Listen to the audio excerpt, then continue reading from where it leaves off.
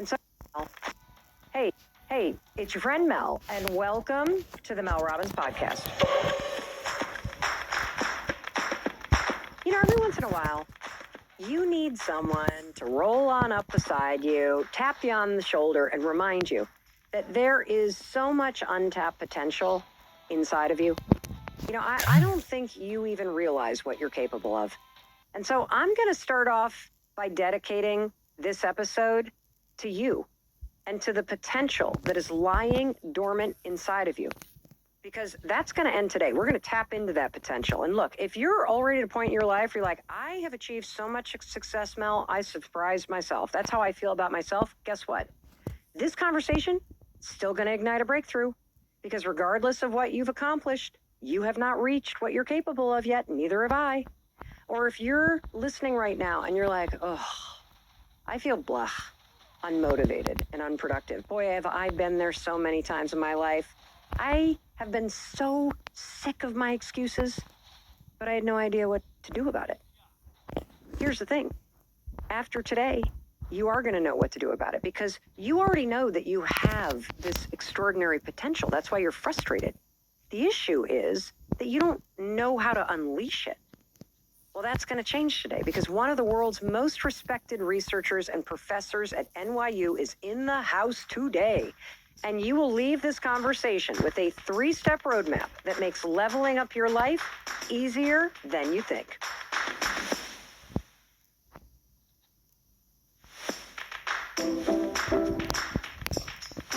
Hey, it's your friend Mel. I cannot wait to jump into this conversation because you're going to learn how to have a breakthrough based on research. And I'm talking a breakthrough on all different kinds of levels. So whether you're trying to have a breakthrough because you want to level up an already successful life, or maybe you need a breakthrough on a creative project. You're just sick of the writer's block.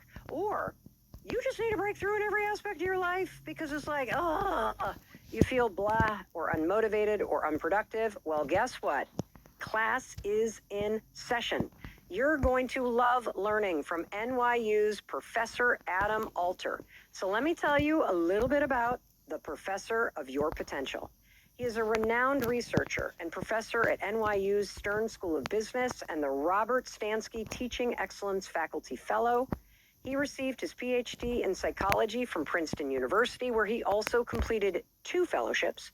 He is the author of 3 New York Times bestsellers, including the one that we are going to unpack today. That one's called The Anatomy of a Breakthrough. I cannot wait for you to get the roadmap to unleashing your full potential. And one of the best ways, by the way, that you can not only tap into your potential, but also support the people that you love is by sharing this roadmap and Dr. Alter's research and this episode with them too. And I'm sure when we're talking about feeling a little stuck or tapping into your potential, there's probably somebody who comes to mind right now where you're like, you need to step it up. You're capable a little bit more. How about you let Professor Alter remind them that you are capable of so much more. And it's time to follow his research-backed 3-step plan to level up your life. All righty. Please help me welcome the incredible Dr. Adam Alter to the Mel Robbins Podcast. Thank you for having me. I'm ready to have a breakthrough. Good. I'm ready to help you have a breakthrough. Okay, great. So you've just spent all this time researching the anatomy of a breakthrough.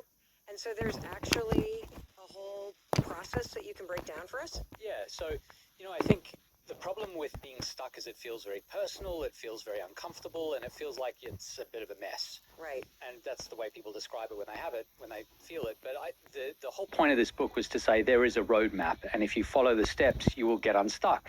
It's just that most of us don't know what those steps are. That's what the book is designed to do. Oh, where the hell have you been my whole life? For crying out loud. I want you to start, before we get to the roadmap, talking directly to the person who is listening to this. And they're either listening for themselves because they're going through this moment in life where they're like, or just kind of blah, or they're feeling stuck, or they're listening and someone in their life that they love is really stuck.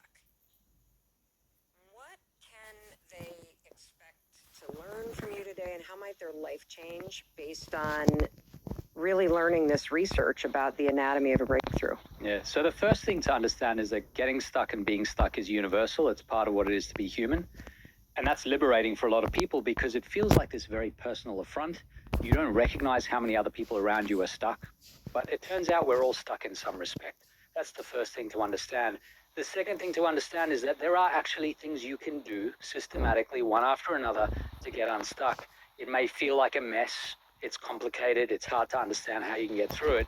But in many, many cases, there is a path through, and I'm going to try to share some ideas about how we can get from being stuck to making progress, to hitting breakthroughs. So, Dr. Alta, let's talk about what the word stuck even means. Yeah. So, when we throw that word around, I feel stuck, I am stuck, I'm stuck in life, I'm stuck in this job. As a researcher, what do you want us to think about when we hear the word stuck or what it actually means or feels like? Yeah, I think there are two kinds of stuck. There's the one kind where you say, I want to be at point Z and I'm in point A and I need to figure out the path from A to Z that's as short as possible. Uh-huh. And the destination is obvious, right? I've got a goal, there's something specific I need to reach. It might be a job related goal, Right. might be a relationship, whatever it is. Might be like, I want to get my nursing degree, or it might be, I'm sick of being single. Like, so that's when you have a goal and you feel, though, a little overwhelmed. Like, why would you be stuck if you know what you want? Because you haven't been able to get from A to even B. You're on the way to Z. So that's the one. I think that often is easier to solve. There's the other kind of stuck that's just like blah. Yes. I don't know what I'm supposed to be doing. Things just feel kind of dull and gray, and I don't know where I'm supposed.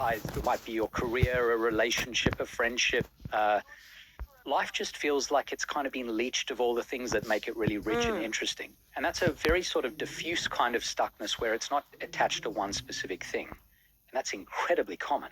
So those are very different. One is I can't complete this goal. The other is I don't even know which way to turn to create the next goal.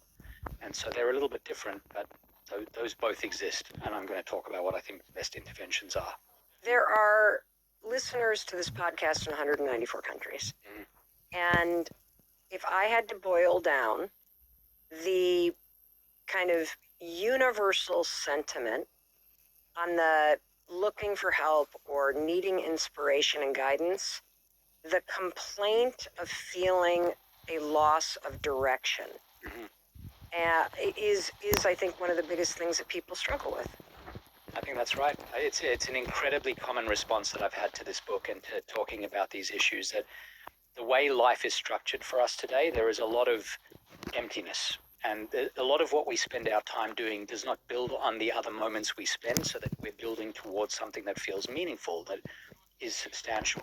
And I think a lot of people feel that there's an emptiness to what we're doing a lot of the time. So is that what we're basically saying if we say we're stuck, that we don't have anything meaningful going on? Yeah, I've been running this survey on thousands of people around the world, asking them exactly these questions. What does it mean to you to be stuck, and are you stuck? First thing I'll say is everyone says yes.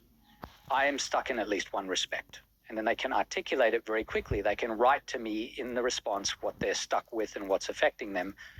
A lot of them, it's very narrow. You know, I've been trying to learn this piece on the piano for the last 6 years and I can't do it, and it frustrates me every day. And then for other people, it's much broader. It's like, my whole life is one big sticking point. Like, I don't even know where I'm going. And each day goes by and I'm like, how is this day building on the day that came before? It's a sort of meaninglessness to life. Yeah. Which is so overwhelming, which only makes you feel more lost. Are there particular areas in your research that come up over and over in people's lives where they tend to get stuck? A lot of it is creativity based.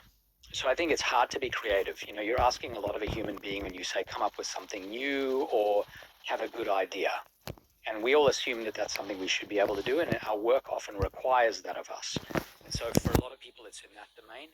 For a lot of other people, it's not work-based. It's about relationships. It's about being stuck in a situation where you have to deal with someone you don't want to deal with, or you don't know how to extract yourself from a situation. And then for other people, it's the broadest kind, which is exactly as we've described this. I don't even know why I'm stuck. I just know that I feel like things aren't the way they should be. And Dr. Alter, I take it that based on the research, this is something that you're going to experience over and over and over again during the course of being alive. Yeah, a huge part of it is accepting the discomfort that comes from being stuck and recognizing that this is universal, that everyone is in this position at some point often many points of their lives.